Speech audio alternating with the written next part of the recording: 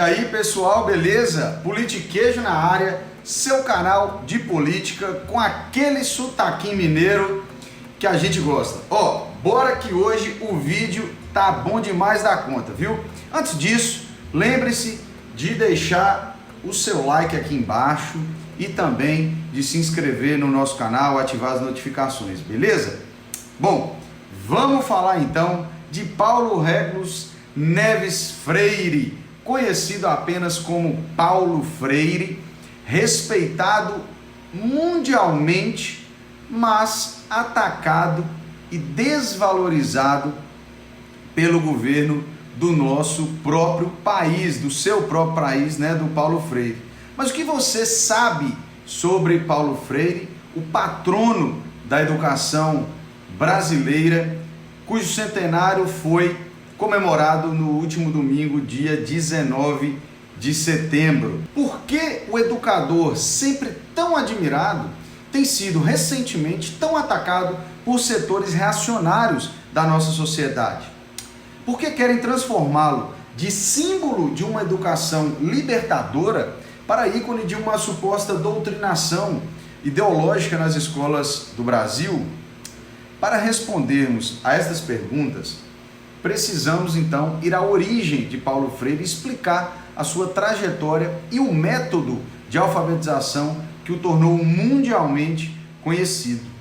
Nascido e criado lá em Pernambuco, no Recife, em 1921, uma região muito pobre do país, desde cedo ele pôde observar as dificuldades de sobrevivência das classes desfavorecidas, de onde veio a sua indignação pelas injustiças e seu desejo de transformação da sociedade que, segundo ele, deveria ser menos autoritária, discriminatória e desigual. Embora tenha se formado em Direito pela Universidade Federal de Pernambuco, a Faculdade de Direito do Recife, Paulo Freire trabalhou mesmo, foi como professor, tendo dado aulas em faculdades e feito trabalhos pastorais por mais de 10 anos na região do Recife, por meio da Ação Católica. Em 1947 foi trabalhar na divisão de Educação e Cultura do recém-criado SESI.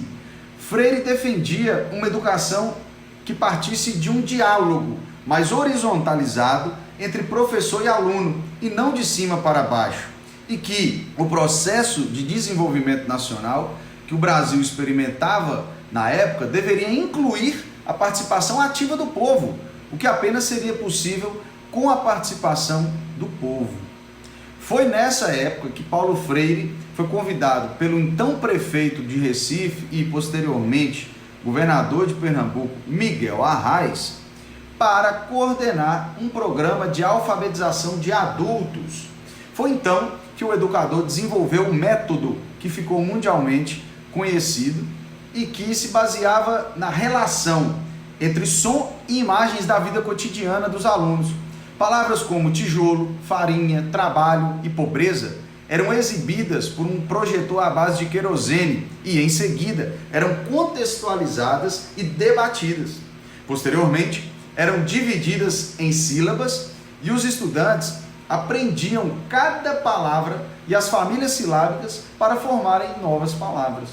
Em 1962, o Programa de Alfabetização de Adultos recebeu recursos de um programa financiado pelos Estados Unidos, chamado Aliança para o Progresso, e ganhou força para ser implementado em todo o estado de Pernambuco. Foi então que Paulo Freire realizou seu maior experimento educacional até então, na cidade de Angicos, na qual, aplicando o seu método, alfabetizou mais de 300 pessoas em apenas 40 horas. É incrível, não é mesmo?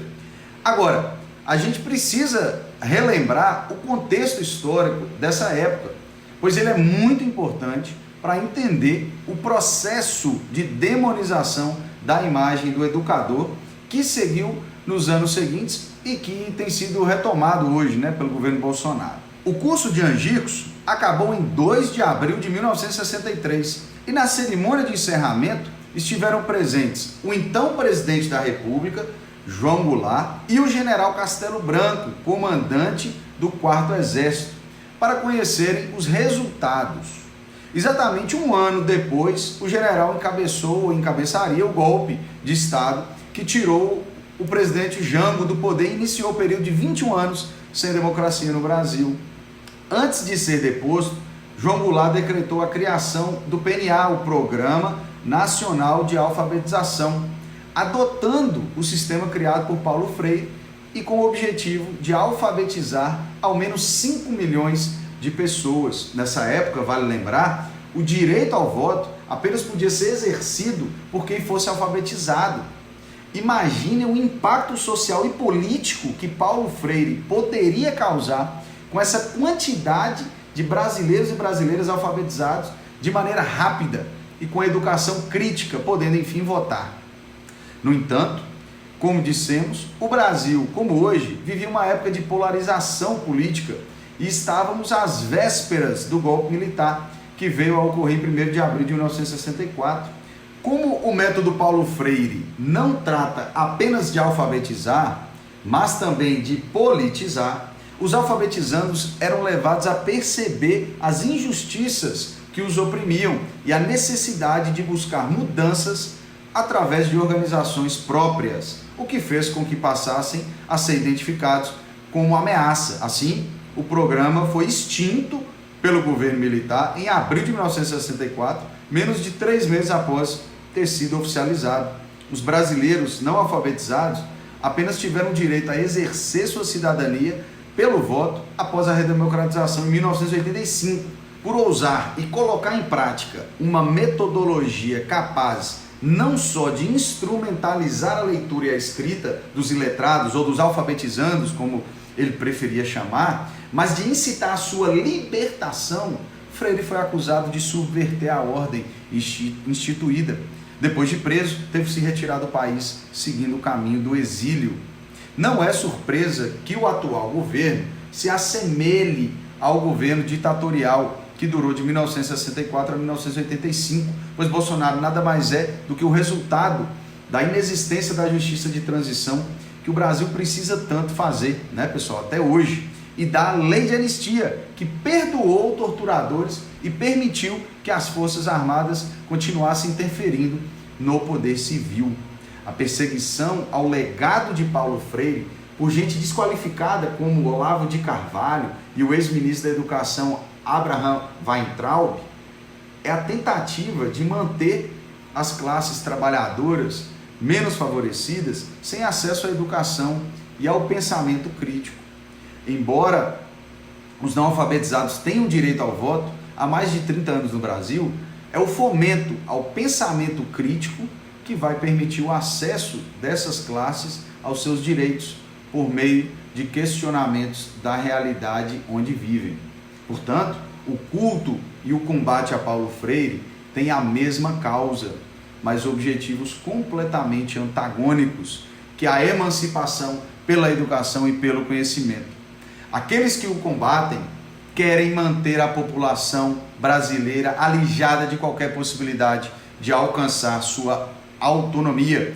Se depender da gente, a memória e os ensinamentos de Paulo Freire continuarão vivos e promovendo a libertação pelo ensino, pela educação e pelo respeito.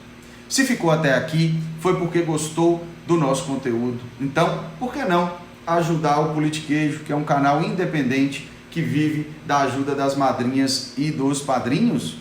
Com apenas R$10 você já nos ajuda a manter a produção de conteúdo por aqui, beleza? Basta clicar em apoia.se/politiquejo, repetindo apoia.se/politiquejo e seguir o passo a passo lá, beleza? Tá falado? Então até semana que vem, galera. Viva Paulo Freire. Tchau, tchau.